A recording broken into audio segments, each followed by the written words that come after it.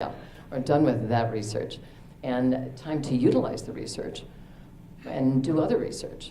But I'm done with that research. So a little bit about me. If you've been to another talk of mine, you might have heard me say that I've rebuilt myself, my body, and my life 3 times. So I've been assaulted when I was very young. I've been at the wrong end of a gun twice. Picked on, beaten up in school. I would call myself a Rudolph the Red-Nosed Reindeer. I consider many of us maybe felt like that. And I consider it's now time that our red nose is needed. Okay, so all the skills that may not have been recognized before are now needed and coming into recognition. And I see that as coming this way, and then the male version will come and evolve further, and then we will evolve further, and we'll continue to complement higher and higher resonation. So the last thing that I went through, which I'm in the process of completing, is I had a serious car accident and a head injury. And I've had the honor to be in a Chicken Soup for the Soul book, recovering from traumatic brain injuries.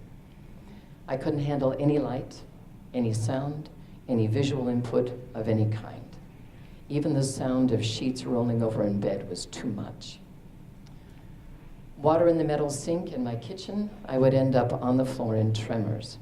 And I then would allow my body to balance itself in that way, 5, 10, 15 minutes, whatever it took. And then I would go up and make my way to bed and lay down until I was able to get up again. My goal is to be a living example that indeed, when it feels like we're falling apart, perspective, what if we're falling back together? And that indeed, if I'm going to go through all that, I will make sure in any way possible that I can that I come out better than I've ever been.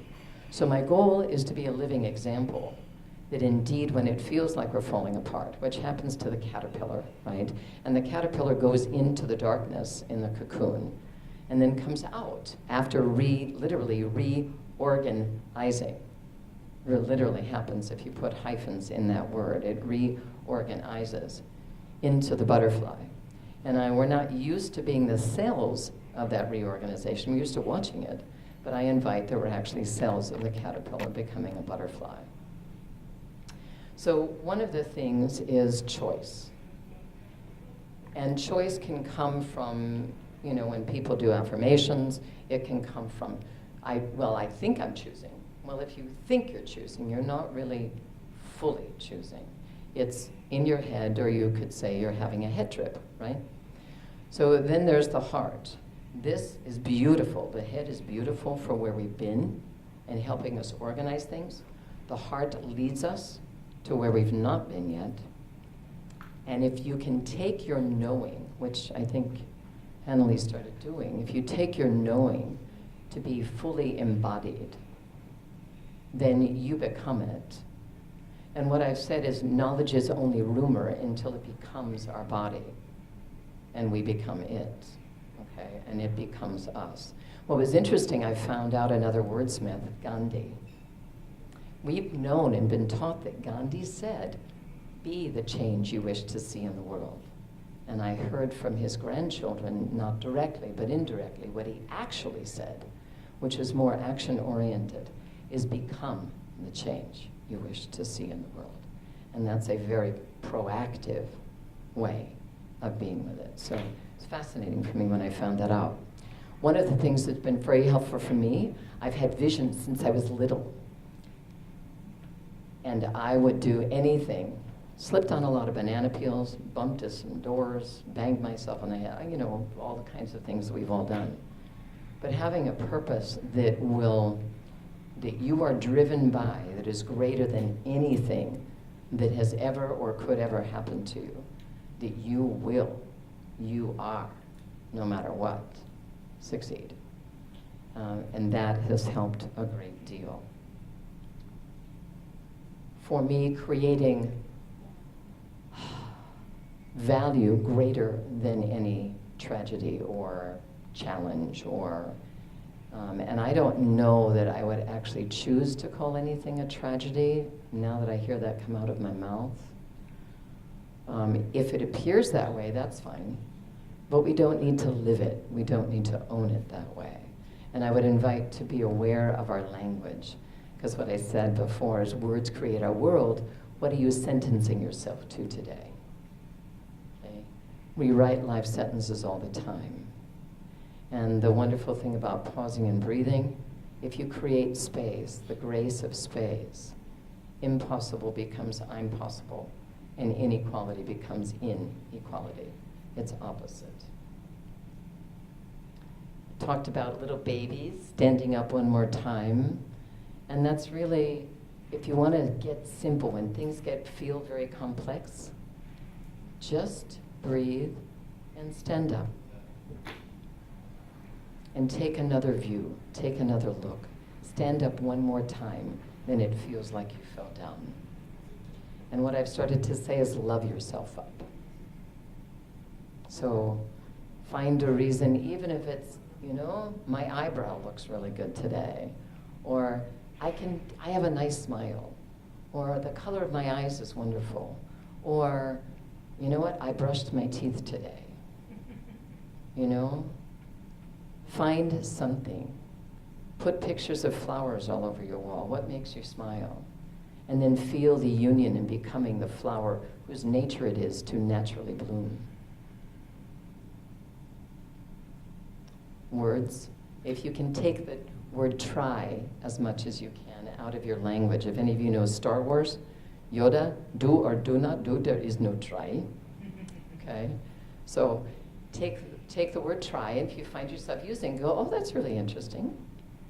There's another phrase when you have a perspective that is really running you, because anything you don't deal with deals with you. And when you choose to deal with it, or name it, then it can start to dissipate, okay? What we resist persists. Nice to meet you. What we resist persists. What we appreciate appreciates. And what we focus on, we create more of, okay? So it works really well to, notice it. A line that seems to work really well, and it may sound really strange, when you have a perspective that's not working for you, is interesting perspective that I have that perspective. And then feel it again. It'll usually be a little bit less. Interesting perspective that I have that perspective. And all of these things, which I really appreciate the input on chemistry, all of these things help rebalance the nervous system and create more chemistry. Perception and perspective are extremely important. If you're really stuck in a perspective, how many other perspectives around the wheel could you look at it from? And I say, could you? Entertain them. Doesn't mean you have to adapt them. But what if I looked at it this way? What if I looked at it that way? Anger came up. Anger is pain's bodyguard. Okay? So if you're angry, sometimes I've even chosen, if I've got an experience that I'm having, and I don't necessarily say I am angry anymore. Whatever you follow I am with is a declaration. Okay? So just observe what you follow I am with. So if it's something like anger or angry, sometimes I've actually chosen to allow myself to go more into anger or more into whatever as an observer to find out what's going on in here. Can I notice anything different? And if I'm getting stuck, then I step out of it. I've also found that certain people who are having challenges with resilience and recovery are often more committed to their anger than they are to the recovery. And that's just the place that they're at. What you can also do is that I've found that if I'm wanting to stay angry, who I'm really angry at is me. Is to go, you know what, I'm angry that I didn't see it sooner. I'm angry that I didn't speak up when I knew it was time. I'm angry, whatever. And you can list those and then forgive yourself for them. Because in that, there's more space. And in that, you increase your resilience and you can actually move forward.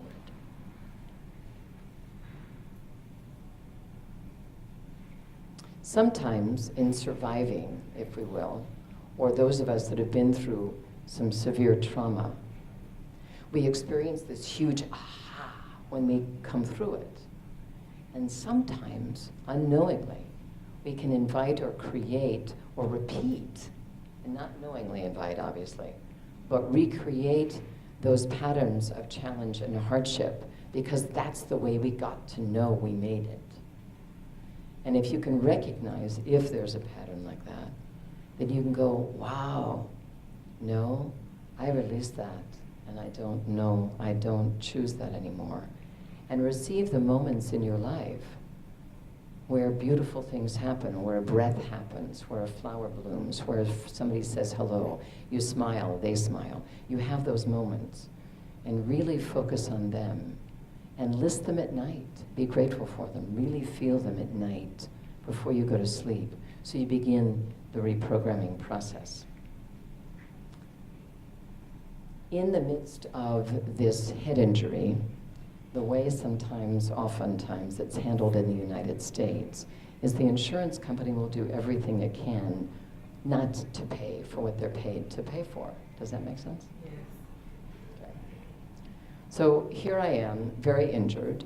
In the state of Colorado, the insurance companies have had a law passed with support of both sides of the house, where you cannot mention that they exist in the courtroom. So it looks like little guy against the little guy. And I did lots and lots of work on myself. I was still in a much more injured place, where I didn't have the need to prove. So as much as I could, I wasn't bringing about going to trial because I wanted to prove. We went through mediation. I mean, initially they offered me 1% of the value of my case. And then they offered me 5% of the value of my case. We had spent legally and medically probably $250,000 already.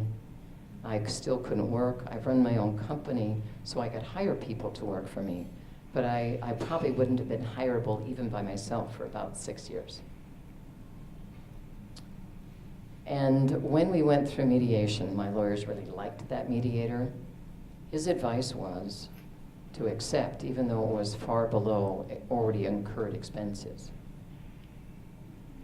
And I just bead with that. Choosing to go to trial, I was incurring another $50,000 to $80,000 in expenses for my own side. And if we lost, I would be responsible for the other side as well. And most people lose. That's why the insurance company will do everything they can to take them to court. At the moment, most people lose. For 4 years, I could be followed out, leaving the front door of my home legally. They could videotape me, follow me anywhere I went outside my home. Lots of pressure, lots of stress, and still healing and going to doctors 5 times a week, things like that. So I ended up feeling that indeed, coming and expanding deep within, outside to the space, I needed to choose trial. I would bring in into court. I would bring in this bag, and little did they know what was in it. I had bagwas, I had other energy, I had all kinds of stuff, and I had friends holding space. The first day of trial,